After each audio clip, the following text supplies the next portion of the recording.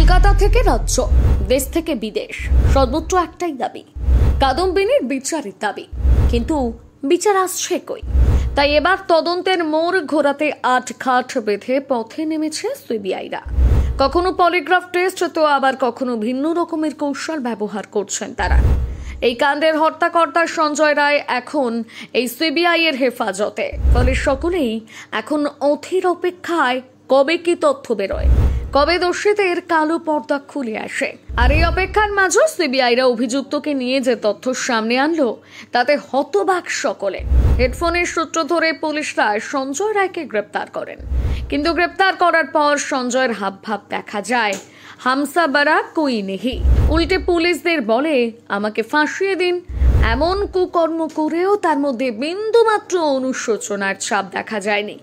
উল্টে তার আচার আচরণ এমন ধরা পড়েছে যেন এই কাজ করে অনেক বড় পুণ্য করেছেন তিনি। আর সিবিআই এর কাছেও ঠিক তেমনই ছবি ধরা পড়ে তার। সিবিআই এর তরফ থেকেও জানা যায় ৩১ বছরের ডাক্তারের সাথে পৈশাচিক অত্যাচার করেন এবং তাকে যে শেষ করে দিয়েছে সে কথা নিজের মুখে অনায়াসে স্বীকার করেছে অভিযুক্ত। এবং দোষের কথা স্বীকার করার সময় বিন্দুমাত্র হোঁচটও খায়নি সঞ্জয়। তবে সব থেকে বড় বিষয় হচ্ছে উত্তর দেওয়ার সময় তার মধ্যে অনুশোচনার ছিটে ফোটার লেশটুকু দেখা যায়নি। এমনকি নিজের কৃতকর্মের জন্য নিজের মাথা পর্যন্ত রোয়াতে রাজি হয়নি সঞ্জয়। আগেই পুলিশের তরফ থেকে জানানো হয় এই সঞ্জয় রায় শরীরে খেলায় আসক্ত এবং তার মোবাইল নীল ছবিতে ঠাসা। সকাল বিকেল রাত্রির সময় পেলেই এই ছবিতে মত্ত থাকতেন তিনি এবং নিজের শরীরের চাহিদা মেটাতে প্রায় সময় পতিতালয়ে যেতেন।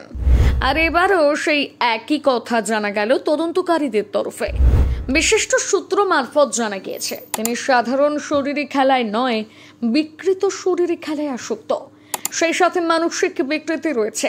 মাথার শিরায়, উপশিরায়, মজ্জায় সব জায়গায় নীল ছবির প্লট সাজানো।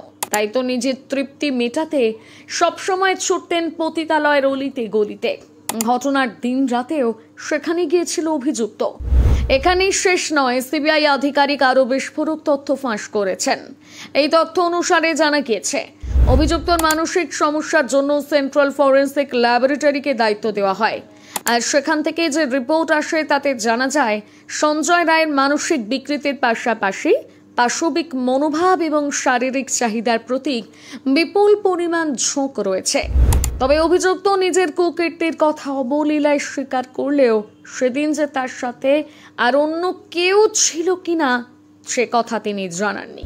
অর্থাৎ বলাই যায় সঞ্জয় রায় কোনো নরখাদকের চেয়ে কম কিছু নয়। এই তো গেল সিবিআইদের কাছে অভিযুক্ত স্বীকারোক্তি। কিন্তু সিবিআইদের মনে প্রশ্ন উঠেছে কিভাবে সঞ্জয় রায় জানলো সেদিন মহিলা চিকিৎসক হিসেবে কাদম্বিনী একাই ডিউটিতে ছিলেন। আর সেই বিষয়ে অভিযুক্তকে জেরা করা হলে সেখান থেকে কিছু রহস্য উঠে আসে। তবে যতক্ষণ না পলিগ্রাফ টেস্ট হচ্ছে ততক্ষণ তদন্ত আধিকারিকরা নিশ্চিত বিষয়টি জানাতে পারছেন না। এছাড়াও আরজিকরের নিরাপত্তা রক্ষী এবং নার্সকেও এই বিষয়ে জিজ্ঞাসাবাদ করা হচ্ছে।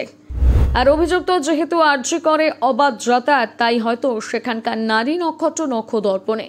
উল্টো দিকে এই সন্দেহের তালিকায় রয়েছে প্রাক্তন অধ্যক্ষ সন্দীপ ঘোষ। কারণ সন্দীপের সঙ্গে অভিযুক্তের দারুণ মেলামেশা। সেক্ষেত্রে এই সন্দেহের তীর সন্দীপের দিকেও। তবে সেটার উত্তর সময় এলেই জানা যাবে। উল্টো দিকে সিবিআইরা যখন তদন্ত চালিয়ে যাচ্ছেন তখন কাদম্বিনীর বাবা মা রীতিমতন ধৈর্য হারিয়ে ফেলেন। সে কথাই সাক্ষাৎকার দিতে গিয়ে জানান। তারা বলেন দেখতে দেখতে 14 দিনের বেশি কেটে গিয়েছে, কিন্তু এখনো সঞ্জয় রায় ছাড়া কোনো রেজাল্ট আসেনি। তারা চাইছেন তদন্তকারীরা যেন আরো বেশি তৎপর হোক এবং দ্রুত সত্যের উদ্ঘাটন করুক। এমনটাই বলেছেন নির্যাতিতার বাবা মা। হয়তো সত্য উদ্ঘাটন না হলে দু চোখের পাতা এক করতে পারবেন না তারা, সেই সাথে মেয়ের দোষীদের শাস্তি দিতে পারবেন। প্রতিবেদনটি লিখেছে সুনন্দা মান্না, কণ্ঠেরিয়া সরকার, গ্রাফিক্স করেছে শুভঙ্কর সরকার।